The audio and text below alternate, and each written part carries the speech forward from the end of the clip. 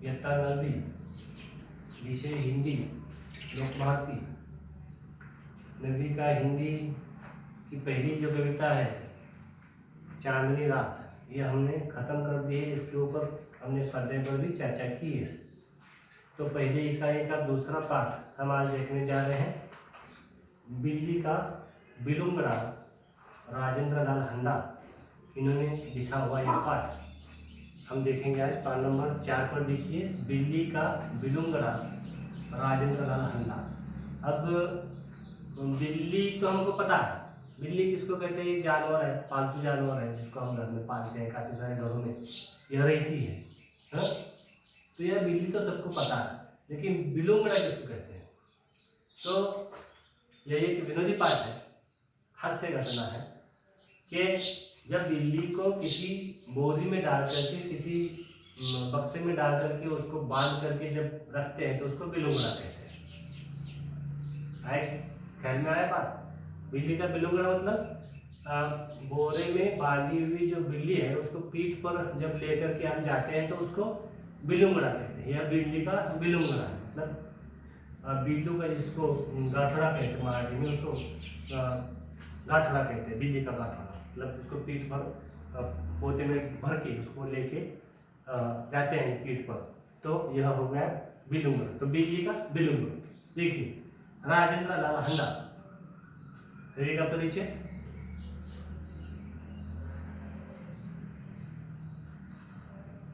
राजेंद्र लाल हंडा जी एक जाने माने कथाकार हैं। आपकी रचनाएं पत्र पत्रिकाओं में सतत प्रकाशित होती रहती हैं। समसामयिक विषयों पर आपकी रचनाएं सामाजिक समस्याओं को उद्घाटित करती हैं। तो हमने देखा कि राजेंद्र लाल हंडा, इनका परिचय हम देख रहे हैं कि एक जाने माने कथाकार है और इनकी रचनाएं, इनका लेखन बहुत से पत्र पत्रिकाओं में सतत प्रकाशित होता रहता है, सतत आता रहता है और विविध रचनाएं आपने की हैं और उन रचनाओं में से सामाजिक समस्याओं को आपने दिखाने की कोशिश की है। अब यह गद्य में क्या है? गद्य संबंधी मालूमात देखिए। हास्य कहानी, यह एक हास्य कहानी है, विनोदी कहानी है, कॉमेडी है। जीवन की किसी घटना का रोचक प्रवाही वर्णन कहानी होता है। तो हम कहानी किसे कहते हैं? कि जीवन की किसी घटना का रोचक और प्रवाही वर्णन, इसको हम कहानी कहते हैं। इसमें किसी सत्य का उद्घाटन होता है। हास्य कहानी में इसे हल्के फुल्के हंसी के अंदाज में प्रस्तुत किया जाता है। तो इस घटना को जो है हास्य हो और जिसे हल्के फुल्के हंसी के अंदाज में अगर पेश किया जाए, उसको लिखा जाए, तो इससे एक विनोदी कहानी यह हो जाती है, हास्य कहानी हो जाती है। प्रस्तुत पाठ में लेखक हंडा जी ने हास्य के माध्यम से गलतफहमी के कारण उत्पन्न विशेष स्थितियों का वर्णन किया। अब देखिए कि प्रस्तुत पाठ में लेखक हंडा जी जो है हास्य के माध्यम से जो गलतफहमियां होती है, तो गलतफहमियों की वजह से किस तरह से हास्य और व्यंग्य तैयार होता है और उसकी विशेष स्थितियों का जो है यहाँ पर वर्णन किया है। देखिए, पाठ क्रमांक 2, बिल्ली का बिलुंगड़ा, पाठ नंबर 4 पर देखिए। एक समय था जब घरों में बिल्ली का आना जाना बुरा समझा जाता था, परंतु आजकल की परिस्थिति के कारण पुरानी विचारधारा और परंपरा एकदम घपले में पड़ गए हैं।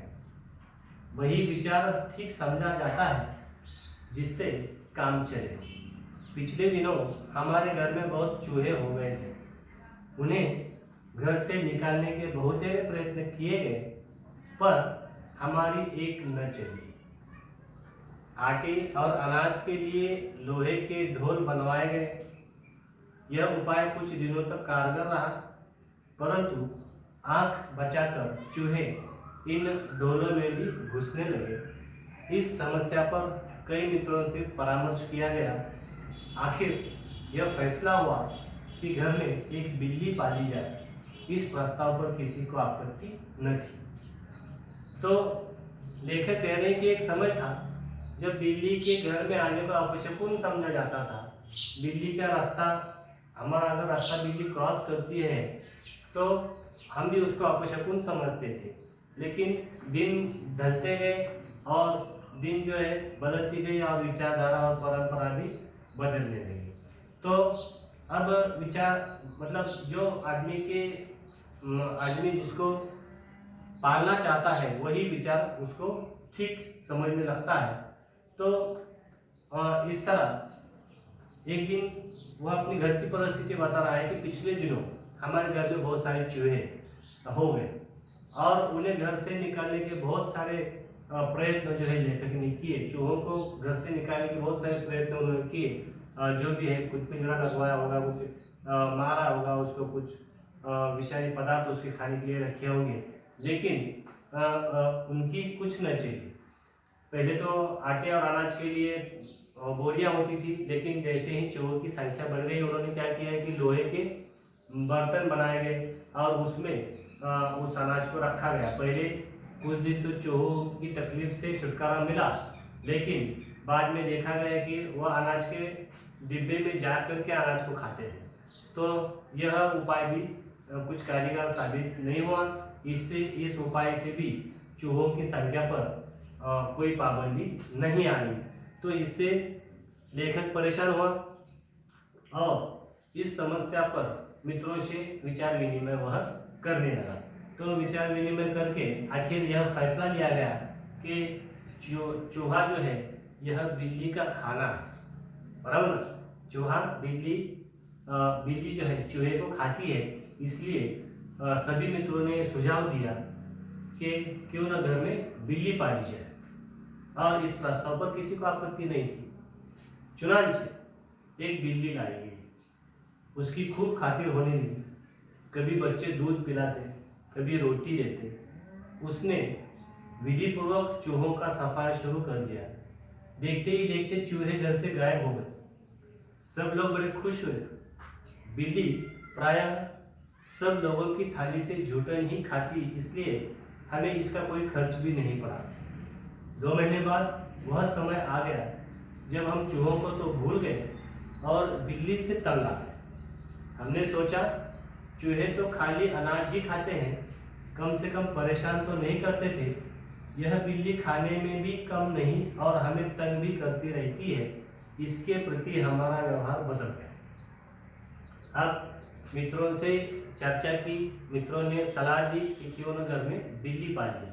अब बिल्ली को लाया गया, फिर उसकी खूब खातिर होने लगी, उसकी खूब आवभगत होने लगी। बच्चे उसको दूध पिलाते, खाना खिलाते, रोटी देते, और फिर उस बिल्ली ने जो है विधि पूर्वक चूहों का सफाई शुरू कर दिया। चूहों को खाना उसने शुरू कर दिया। तो बिल्ली के आने के बाद चूहे देखते ही देखते घर से गायब हो गए। अब इस तरह से 2 महीने चला, लेकिन 2 महीने से जब लोग या घर के लोग जो है चूहे को भूल ही गए, मतलब अभी चूहा भी दिखाई भी नहीं पड़ता था, इतनी संख्या उनकी कम हो गई थी। तो जैसे ही वो चूहे को भूल गए, बिल्ली की आदत से तंग आ गए। अब बिल्ली से परेशान हो। क्यों? क्योंकि चूहे जो है सिर्फ अनाज ही खाते थे, कम से कम लोगों को तो परेशान नहीं करते थे, लेकिन ये बिल्ली जो है लोगों को भी परेशान करने लगी। पहले तो वो क्या करती थी कि जो बड़े लोगों की जो थाली का जूठन था खाया हुआ, उस जूठन को ही खाती थी, लेकिन बाद में जो है उसने यहाँ वहाँ मुंह डालना शुरू कर दिया, और इसकी वजह से घर के सभी लोग जो है परेशान होने लगे। अब चूहे से तो इनको छुटकारा मिल गया बिल्ली के पालने से, लेकिन बिल्ली से फिर परेशान हो गए और बिल्ली ने इन्हें तंग कर दिया। अब इनका व्यवहार जो है बिल्ली के प्रति बदल गया, मतलब लाते वक्त जो अपनापन बिल्ली से इनको था, वह अपनापन अब उसका बिल्ली का नहीं रहेगा, क्योंकि बिल्ली ने चूहों को खाने के साथ साथ घर के लोगों को सताना भी शुरू कर दिया। अब वो किस तरह से सताने लगी, यह हम अगले पाठ में देखेंगे। तो जो भी हिस्सा पाठ का हमने पढ़ा है उसको घर में 1-2 बार पढ़िए और इसको अपने आप समझने की कोशिश करें, और इसमें जो भी नए शब्द हैं जो जिसका मतलब आपको पता नहीं है, वह एक कागज़ पर लिख लिए, उसका अर्थ देखने की कोशिश करें डिक्शनरी पर, इंटरनेट पर। अगर उसका अर्थ न मिले तो उसका फोटो निकाल करके मुझे अपने ग्रुप पर डाल दीजिए। उसका अर्थ जो है मैं अगले क्लास में आपको बताता हूँ। तो पढ़िए इसको और अपने आप इसको अर्थ लगाने की कोशिश कीजिए। धन्यवाद।